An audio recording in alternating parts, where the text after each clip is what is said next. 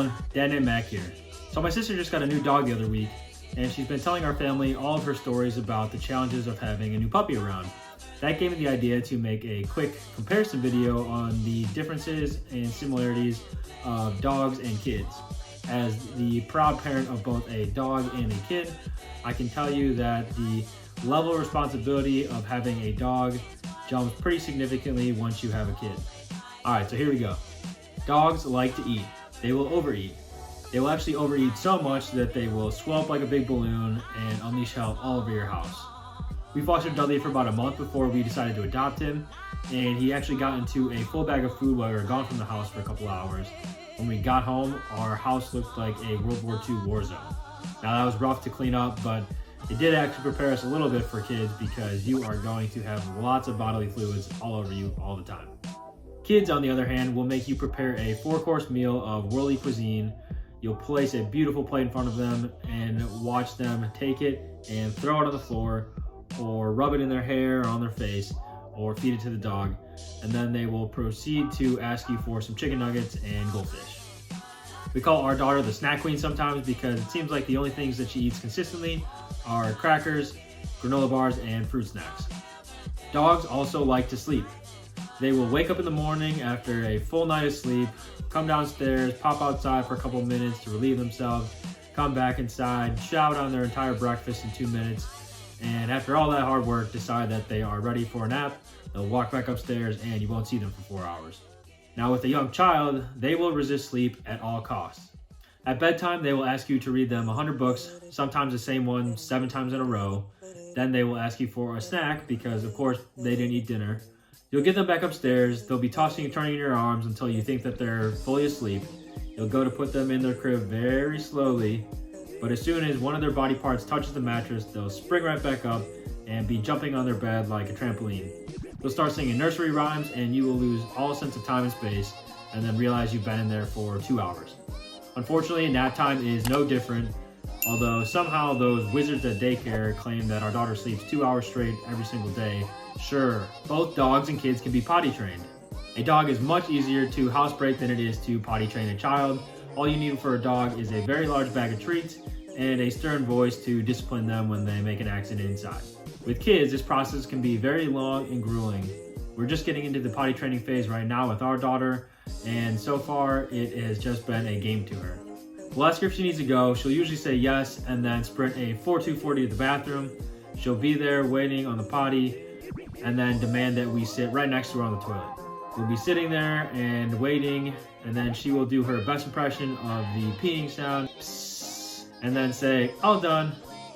Nothing there. We'll throw a new diaper on her, and then she will immediately soil that one. We're back to square one. Kids do have one advantage when it comes to the potty training game. While dogs will nudge you a little bit more if they really have to go outside, kids have an instant tell when they are about to go number 2. You will know this as the poo-poo face. However, usually by the time you can react, it's too late. Kids are a 24/7 time commitment. Dogs are a little bit more self-sufficient. You can't just walk out the door to go to work in the morning and have your baby sitting on the couch watching Coco Melon with a bowl of Cheerios in hand and a cup of water and say, oh, you're all good, right? I'll see you in 8 hours. That can work with a housebroken dog though. A kid, however, especially a newborn, will require your attention every minute of every day. Your schedule will revolve around their life. You are there to feed them, change them, bathe them, get them dressed in the morning, take them to school, make sure that they're entertained, make sure that they're learning, making sure that they're on track to hit that next developmental milestone. With a new puppy, it's easy to teach them some new tricks. With a child, it is a much bigger challenge. Both kids and dogs love to ruin your stuff. Your house, your cars, your clothes will all receive some sort of damage from your child or your dog in some shape or form.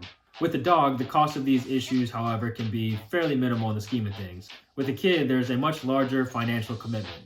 A dog's expenses are usually pretty set. You're talking about food, treats, toys, etc. These are all things that are fairly low in price tag and also very easy to budget for. Kids, on the other hand, can come with some very large price tags. Not only do you have the regular expenses of food, diapers, clothes that they grow out of every 2 weeks, you have to also consider some of the longer term expenses. Are you planning to pitch in for your kids' college someday? Do you want to get them a car? Do you want to be able to pay for their wedding? How about their Olympic trainers so that you can ensure that they are competing in the 2040 Olympics? Kids are big money. Both dogs and kids love to intrude on your personal space. They just want to be around you. Maybe your dog will come in when you're trying to go to the bathroom. Maybe they'll come jump on you and pretend to be a dentist for a few minutes when you're trying to relax on the couch. Now, while dogs are much more relaxed, they can come into your room and lay down, hang out for a while, and not be much of a nuisance. Sometimes you just want to be alone. It's easy to put your dog outside for a little while, let them run around or play, and you can have some peace to yourself. Now with a child, it's a little bit different. You are monitoring them almost every minute of every day that you're at home with them. If you have to go to the bathroom, if you have to take a shower, if you want to go to the store, you can't just leave your child in one spot and hope that they're okay. You have to safeguard your house against any dangers, and you have to find ways to make sure that you're able to monitor your child at all times so that they're safe if you want to do anything yourself. Last but not least, both dogs and kids need love and attention. If you happen to have both like us, they will get jealous of each other and they want to do anything that they can to make sure that they are your favorite. You are their everything and you are there for their survival. The ways that you communicate with them, play with them, and teach them things may differ. At the end of the day, they're your kids and they just want to be just like you. Whether it's a kid, a dog, or another pet, before you have one, take a second and make sure that you're going to have the time and energy, financial means, and love to take care of them and treat them the way that they deserve. So there you have it, dogs versus kids. I hope you guys enjoyed this video, and as always, thanks for watching.